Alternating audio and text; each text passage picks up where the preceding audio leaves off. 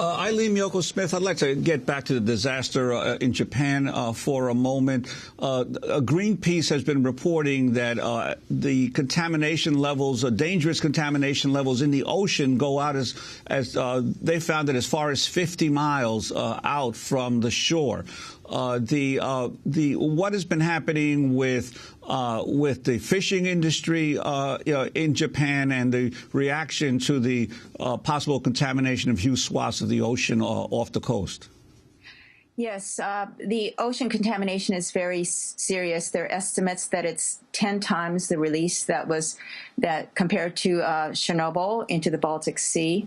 So it's very serious. And the National Fisheries Association came out very early on after the accident, demanding the closure of all nuclear power plants in Japan. This is an incredible statement because the industry has never been concerned about nuclear power before. Just right now, TEPCO is the amount of contaminated water on site is building and building, and there's intention to dump more, and the industry is opposing it right now. Bob Alvarez, can you talk about this contamination of the oceans? Yes. As you know, the Japanese government, in its report to the IAEA, said it had underestimated the amount of radioactivity released to the atmosphere during the first week, and that it amounts to roughly 40 million curies of radioactivity. What they failed to mention is that they discharged an equally large amount into the ocean, about 20 million curies, and that what they're counting here is the radioactive iodine and radioactive cesium. Radioactive cesium is of most concern because it has a half-life of 30 years.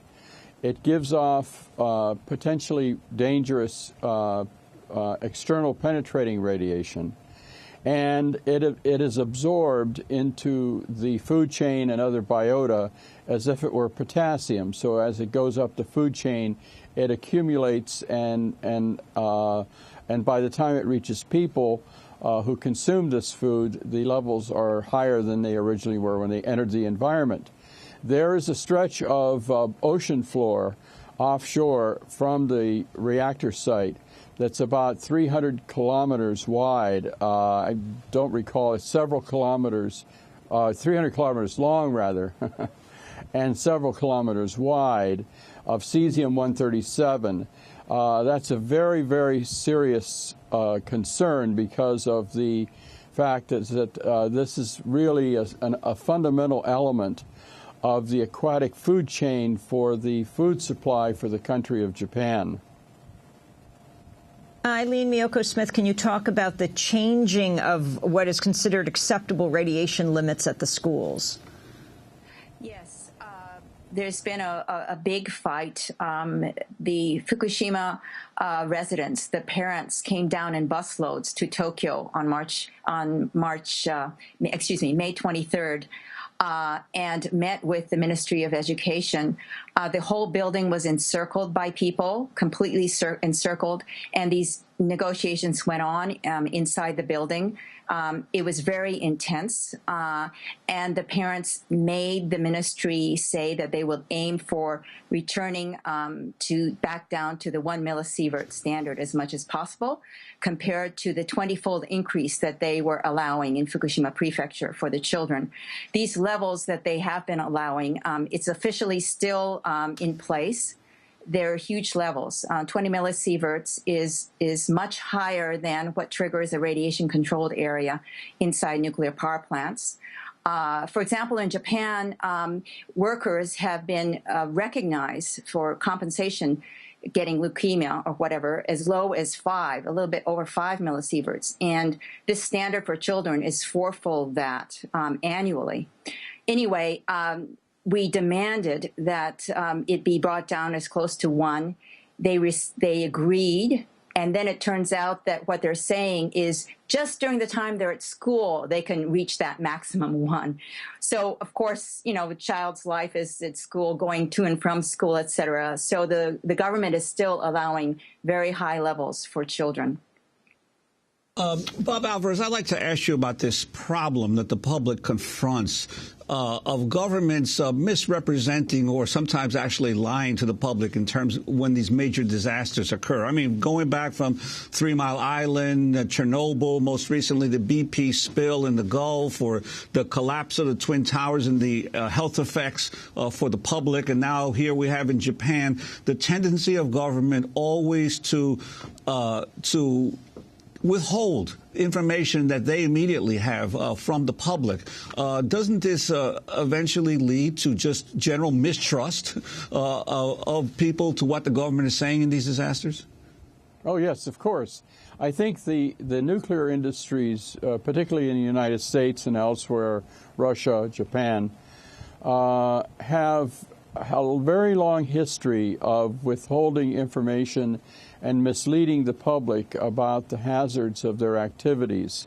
And in this country, it went on for many years. And during the open-air bomb testing program, for example, the nuclear industry enjoys this rather unique status because of its origins in the nuclear weapons program, and that it's a system that has been fostered under conditions of secrecy, isolation, and privilege, and they do not consider it in their interest to be candid with the public.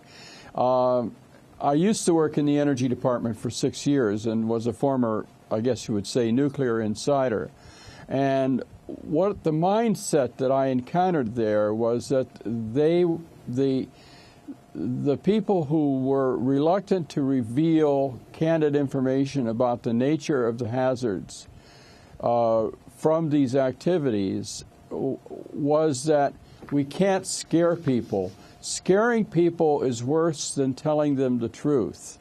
And I think that that's a fundamentally wrong-headed assumption. Bob Alvarez, how do you respond to the U.S. nuclear industry saying it doesn't expect any health problems among Japanese people as a result of the nuclear accident? I just think that's arm-waving. It's public relations arm-waving, because we won't know what the full truth will be for decades to come. We do know that based on past accidents such as Chernobyl, such as the experience we've had with our nuclear workers in this country over the last 50 years, is that there's bound to be a significant increase in the risk of cancer and most likely other diseases. And you say Japan is equal to or worse than Chernobyl, the Fukushima Daiichi plant? That's correct, because if the Soviet Union and Russia basically have claimed that about 50 million curies of radioactivity were released to the environment. This is roughly comparable to what the Japanese government has currently admitted, and that this site continues to release significant amount of radiation in the environment. Nowhere near as large as it did during the first week or two, but it's still quite significant. The other issue here is the workers on the site. I was astounded to learn that some 5,000 workers have positive evidence of internal exposure to radioactive materials. This is a huge number of people to be exposed over such a short period of time. In the U.S. nuclear weapons program, which operated at a sort of a brisk pace for nearly 50 years, this is roughly comparable to what all workers at nuclear weapons sites during that period were recorded to have received from internal exposures. I think that the impact on the workforce, the emergency responders, is something we need to watch very closely, because that's going to give us some important clues of what we might expect in terms of the health consequences to the public. And yet, Αϊλίν Μιόκο Σμιθ, some of the reports that we've had here, the news reports say that there's no trouble recruiting people to go and work on the cleanup because of obviously the high pay that they're offering, and also the economic dislocation that occurred as a result of the tsunami and of the nuclear accident itself. Yes, that's correct. And we're very concerned for the health of the workers. And as Bob Alvarez pointed out, now the knowledge that so many workers have received internal exposure, this is also a concern for the public.